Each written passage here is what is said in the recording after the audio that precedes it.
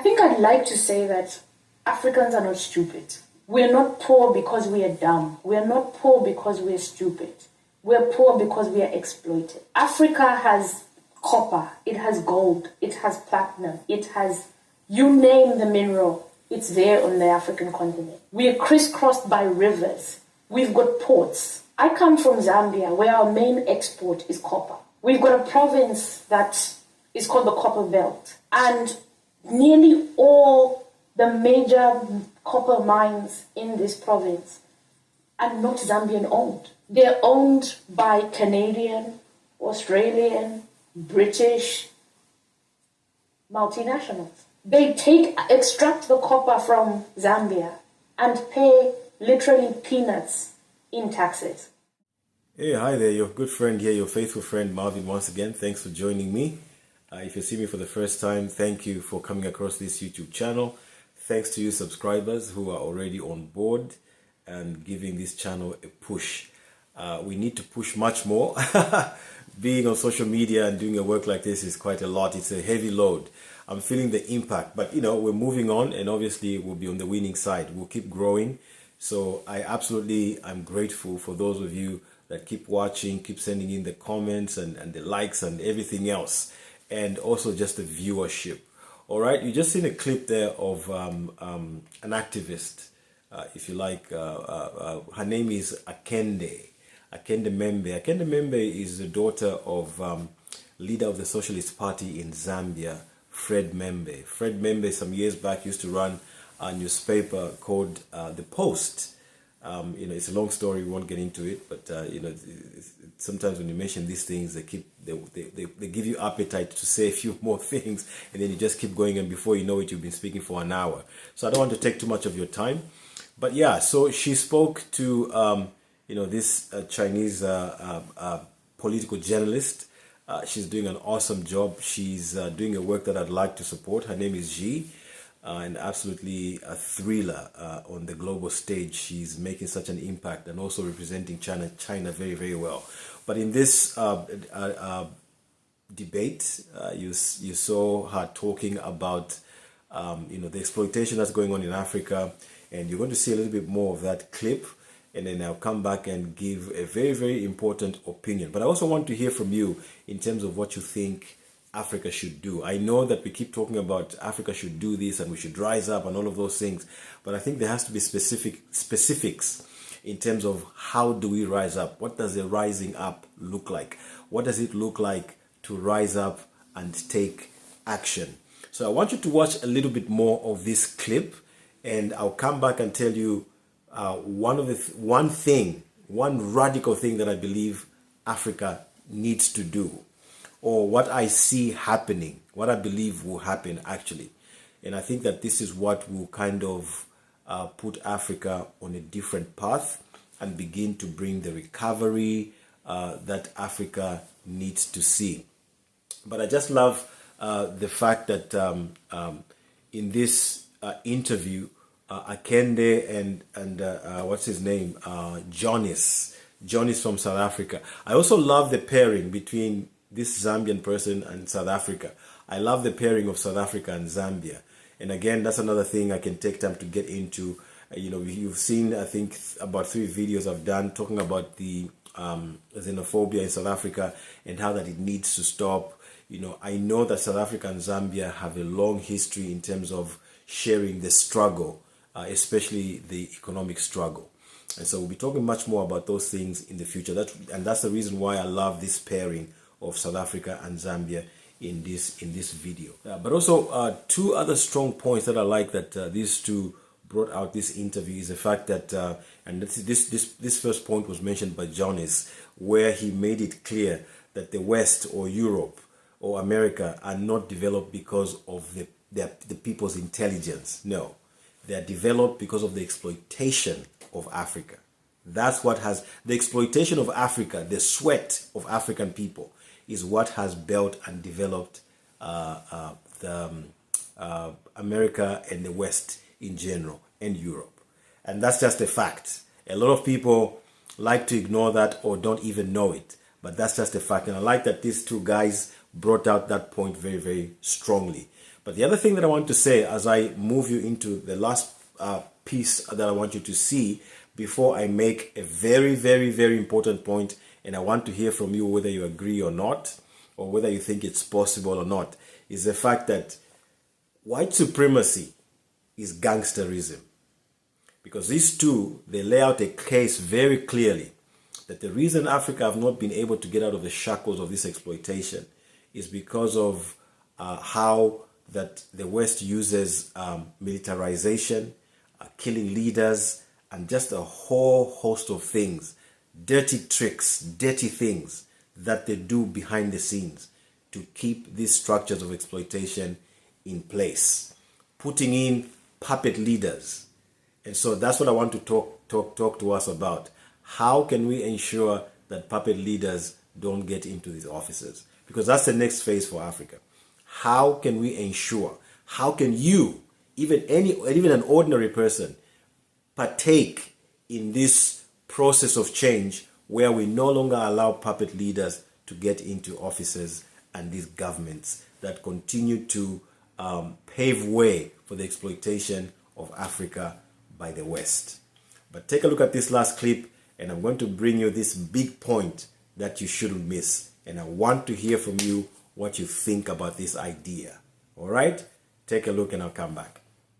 You would ask, but then why doesn't the government probably just fairly tax? Because then they also put puppet regimes in these countries. So the governments that are there in these countries are there to serve their interests. If the government doesn't serve their interests, we've seen coups, we've seen assassinations. They are brutal to the African people. So it's not that the African people have just sat back and said, we don't want to own our resources. We don't want to control our resources. Even when we own our resources, we're not able to control them. They'll tell us what price to sell the resources at, where to sell them. And if we don't comply, again, they assassinate our leaders. They overthrow our governments, or they sanction countries. So without an alternative, and without looking at how can we break away from this system, again, China today gives us that beacon of light. Because China doesn't come to Africa in that regard. China comes to Africa with respect. China comes to Africa for mutual cooperation. China has not instilled any puppet regimes on the continent. There's not one country that has a puppet regime of China on the continent. China has not assassinated any African leader. I can challenge anybody of your American or Western audience to tell me which leader has China assassinated on the continent. None. But we can list leaders that have been assassinated by imperialist countries. Just next door to Zambia, where I come from, we've got Congo, the DRC. We know the story of Patrice Lumumba, who was assassinated in Congo for their mineral resources. Today, Congo has more people that die every day than probably cancer. But these deaths are not reported because they fuel these wars, the imperialists, to continue to extract the mineral resources in Congo. You look at Ghana, Kwame Nkrumah was killed by imperialists. You look at the war they started in Libya. So Africans are not just sitting back and saying, oh, take it, take our resources, and we want to suffer. No, it's under exploitation, it's under harsh circumstances. And that is the money that goes and develops these Western countries. So we can't even want to follow their model of development because it's a model of development that has been based on exploitation. And that is very different from the model of development of China. And that's why when I spoke previously, I said it makes us hopeful for development because it has shown us an alternative that you can develop and you can alleviate a population from poverty, not based on exploitation, not on the backbone of exploiting somebody else, but actually dignifying human life, but also moving to common prosperity. Akende has said it. It's important to historicize this. I mean, I come back to this argument from Walter Rodney. It is almost disingenuous to suggest that the fact that there is good infrastructure and roads and social services in Western Europe and North America is the product of their intelligence and hard work. I mean, of course, they were intelligent and hardworking people, but really, we have to understand the development of these countries as the product of the exploitation of the global South. Not just in Africa, but I think this is really important. Who built their railways? Who built the railways? The thing that everyone in the West thinks that World War II was won by the Americans. Firstly, that's not true. I mean, it was basically Russia and China that ultimately defeated fascism. But let's ignore that part. The fact that the uranium that was dropped on Hiroshima and Nagasaki to build the atom bomb that was dropped in Hiroshima and Nagasaki, which destroyed so many lives, was taken out of the Democratic Republic of the Congo. That's where that uranium comes from. To go and not just plunder the African continent, to take that and use it to go and dominate another part of the world is an anecdote of the kind of development that we're talking about. So first point is that we have to be historical about this. The copper belt might have the highest proportion of copper in the world, and it has the lowest proportion of engineers, I'm sure. There's a part in South Africa, 96% of the world's platinum reserves are in this little platinum belt in South Africa. But above there are people living, they don't have flushing toilets, and their children can't go to school. What kind of contradiction is this? It's because you're creating the conditions where you want Africa to forever be the feeding trough of the imperialist countries. And this, I think, is the thing we have to understand a bit better. And it's not, I used education as an example, but it applies at all levels. We have to have the correct assessment of what's wrong here. All right, so having seen that and having said that, here's what I foresee happening. This is what I see happening. And these things are already unfolding. I foresee a situation where in Africa, people are going to reject governments. They're literally going to say, we are tired of governments, we're tired of politicians, we don't want governments anymore. I foresee that happening.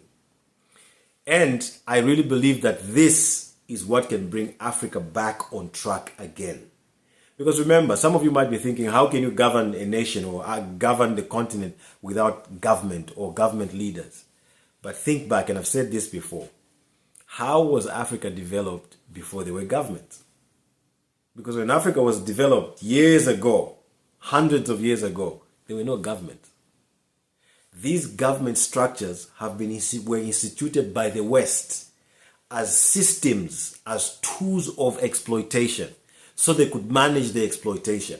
That's how come they're able to exploit these governments and bring in puppet leaders into the government that they want to continue using to pillage resources. So all of this thing that we go through, people going to vote and elections, where people line up the whole day, even in the rain, in the cold, to vote for officials, because we believe that it's democracy. Those choices or those ballots that we cast don't even make a difference. They don't change anything. These guys control everything. They control everything. And one of the ways to curb or stop that control is to simply say, we don't want to be led by governments, we don't want to be led by politicians. We will govern ourselves. And so the people get involved in everything. Currently, maybe not just in Africa, the governments don't even involve the citizen, ordinary citizens. They don't involve them in the running of the country. 80%, maybe more, of the citizenship don't know what's going on in the country because they are not told anything. They are simply used as tools to go and do elections, avoid elections, to just create this picture that there's democracy. People have chosen a leader, but their choice doesn't make any difference at all. And then the resources. And at the same time, and I've said this before, I am not entirely blaming the leaders, because they too, as you heard from Akende, they are under the gun. They are being exploited. They are being threatened. And it comes back to a point I made just before we saw this last clip. I said, white supremacy is gangsterism. These people are gangsters. They have been gangsters for centuries. That's how come Africa has been scratching its head. How do we get out of this? And we've still not been able to get out of it. But one of the ways is to say, no more governments, no more politicians. We will govern ourselves. This is where Africa now needs to focus its conversation and ideas. How do we do this? Look at what's happened in the West. It's because they took the government, and Ibrahim Traore has said, I'm not a politician, I'm a military personnel. That's what he has said. I am not a politician, I am a military man. That's what he has said. So the change in Africa is not going to happen by politicians. It's not going to be made to happen by politicians. It won't be. So politicians have to be done away with. Now, if politicians have to be involved or used or be in the front line, there will have to be the kind of politicians who think very, very, very, very differently. All right? So, personally, that's what I foresee. I foresee a situation where Africans, and we know Africans are already tired, but it will also go to, the tiredness will go to another level where people will just say, you know what, away with governments, away with politicians. That's what will curb the power of the West. Now, what I'm saying here, or what I'm foreseeing, shouldn't even sound strange at all, because that's exactly what BRICS is doing to the dollar. You simply remove the dollar as a system of transaction. They've simply removed the dollar as a system of exchange. They've removed it. As simple as that. And it's the same thing that needs to be done with the government structures in Africa. Then that real change will really begin. I know that we've made headways here and there, but I think there's still a long way to go, and there's still a lot more work to do. And I think that that work will be cut out if this step is taken, if and when this step is taken. I foresee that happening. I really, really foresee that happening. I could be wrong, but I foresee it happening. Let me hear what you think, and let me hear what your ideas are, because it's time for us to make progress. Thanks for spending time with me once again. I'll see you on the next one, and I'll look forward to hearing from you again. Have a good one, and bye-bye.